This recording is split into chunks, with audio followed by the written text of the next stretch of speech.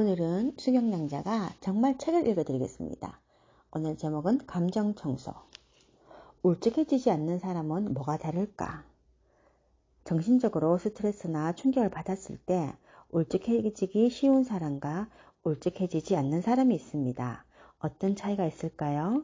바로 스트레스나 충격을 잘 조절하는 사람과 조절하지 못하는 사람의 차이입니다. 오늘날 스트레스로 인한 몸과 마음의 부조화를 호소하는 사람이 늘어나고 있습니다. 이러한 스트레스에도 좋은 스트레스와 나쁜 스트레스가 있습니다. 즉, 스트레스 자체가 몸과 마음에 충격을 주는 것이 아니라 스트레스를 어떻게 인식하는가에 따라 결과가 크게 달라진다는 이야기입니다. 예를 들어 지금까지 업무 능력을 인정받아 과장으로 발탁되었다고 합시다. 과장으로 승진했으니 앞으로 더욱 열심히 해야지 하는 생각하는 사람에게 과장 승진은 좋은 스트레스입니다. 그에 반해 과장이 되긴 했지만 내가 정말 해낼 수 있을까라고 불안을 느끼는 사람에게 과장으로 지명된 일은 나쁜 스트레스입니다. 이렇듯 과장 승진 자체가 충격 요인이 되는 것이 아니라 스스로 어떻게 인식하는가에 따라 삶에 플러스가 되기도 하고 마이너스가 되기도 합니다. 말하자면 스트레스는 자신이 만들어낸 개념일 뿐입니다. 울적해지기 쉬운 사람은 대부분의 현상을 마이너스로 인식하는 경향이 있습니다. 한편 울적해지지 않는 사람은 같은 현상을 플러스로 인식하고 긍정적으로 대처합니다. 인식하는 법을 조금만 바꾸면 생각보다 많은 일을 해결할 수 있습니다. 일이 낫다는 사실 자체는 변하지 않지만 인식하는 법을 바꾸면 스트레스가 제법 완화되거나 사라져 일어난 일을 있는 그대로 받아들이게 됩니다. 이 책은 감정을 인식하는 법을 바꾸어 자신 안에 마이너스 감정을 제로로 또는 제로를 플러스로 바꾸기 위한 힌트를 소개합니다.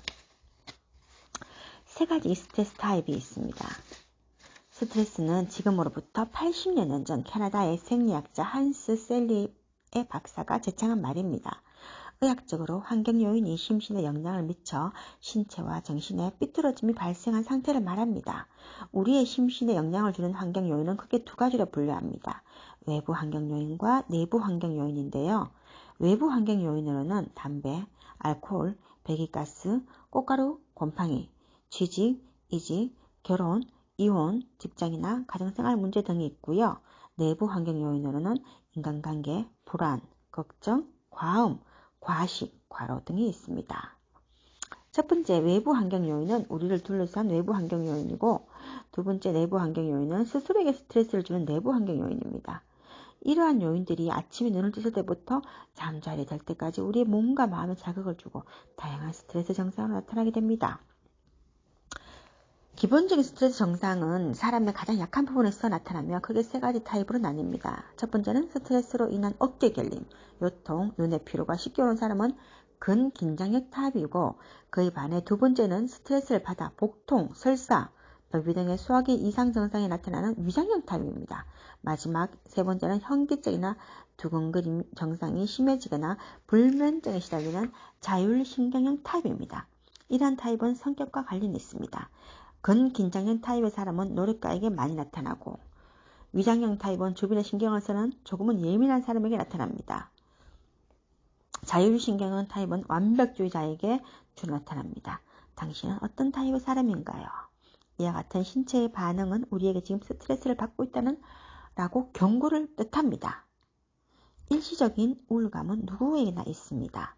문제는 스트레스를 계속해서 받는 상태에서 일시적인 차도가 있다고 느끼실 때입니다. 사실 우리 몸은 온도 등 신체 외부 환경이 변해도 체내의 상태를 일정하게 유지하려는 항상성 유지, 호메오스타시스라는 성질이 있습니다.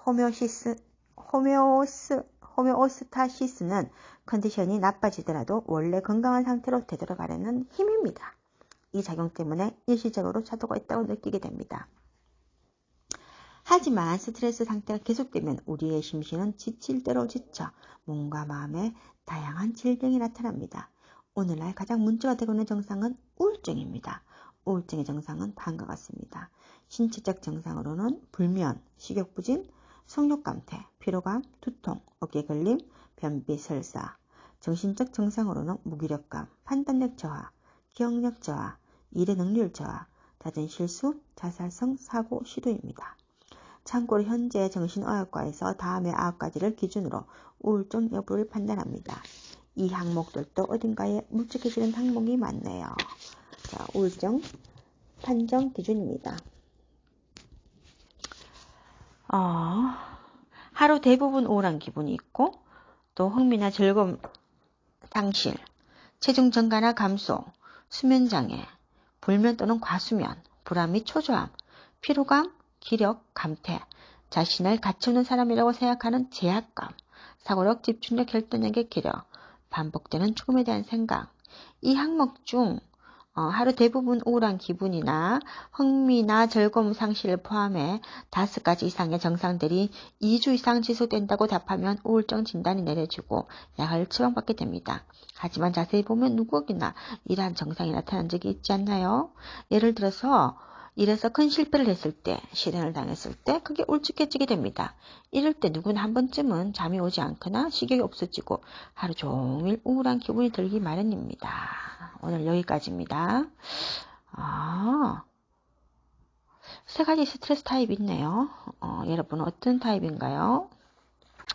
근긴장형 타입이 어깨 걸림, 요통, 눈의 피로. 이것도 있는 것 같기도 하고, 또 예민해져서 소화기 증상도 맞는 것 같기도 하고. 3번은 아닌 것 같네요. 현기증이나 두근거림 증상이 심해지거나 불면증에 시달리는 자율신경형 타입은 아닌 것 같고. 울적해지지 않는 사람은 뭐가 다를까? 여러분 우울할 때 있죠? 저도 얼마 전에 조금 병원에 입원한 일이 있었는데요. 내가 그렇게 오랫동안 한 17일 정도 병원에 입원한 건 정말 처음이었어요. 그래서 살다 보니까 이런 날도 있구나 하면서 처음에는 막 우울하고 막 눈물도 나고 그랬는데 또 한편 생각하니까 이 긴 직장생활 동안 내가 언제 이렇게 한번 쉬어보나 이렇게 내 마음, 내 인식을 딱 바꿔버리니까요. 갑자기 내가 행복한 사람이 되는 거예요. 똑같은 상황에서 어떻게 생각하냐에 따라서 달라지는 거예요. 똑같은 상황에서. 예를 들어서 우리 가장 흔히 쓰는 말이 있잖아요. 물컵에 물이 반이 있을 때 어떤 사람은 에이 물이 반밖에 없어 이렇게 화내는 사람도 있고 어떤 사람은 야 아직도 물이 반이나 있나 이렇게 생각하는 거. 예를 들어서 제가 지금 원래 53살이잖아요. 69년생이니까 그러면은 어떤 사람은 진짜 여자 나이 45 너무 여자도 아니래 이렇게 말하는 사람도 있어요. 정말 기분 나빴어요. 그래서 저는 이렇게 생각했죠. 아니야 인생은 지금부터야 이렇게 생각하면서 남들의 어떤 남들이 생각하는 나를 생각하는 기준 그건 중요하지 않다고 생각했어요. 왜냐 내가 나를 생각하는 거 그게 중요하니까. 사실 제가 아파 보니까 이런 생각이 들더라고요.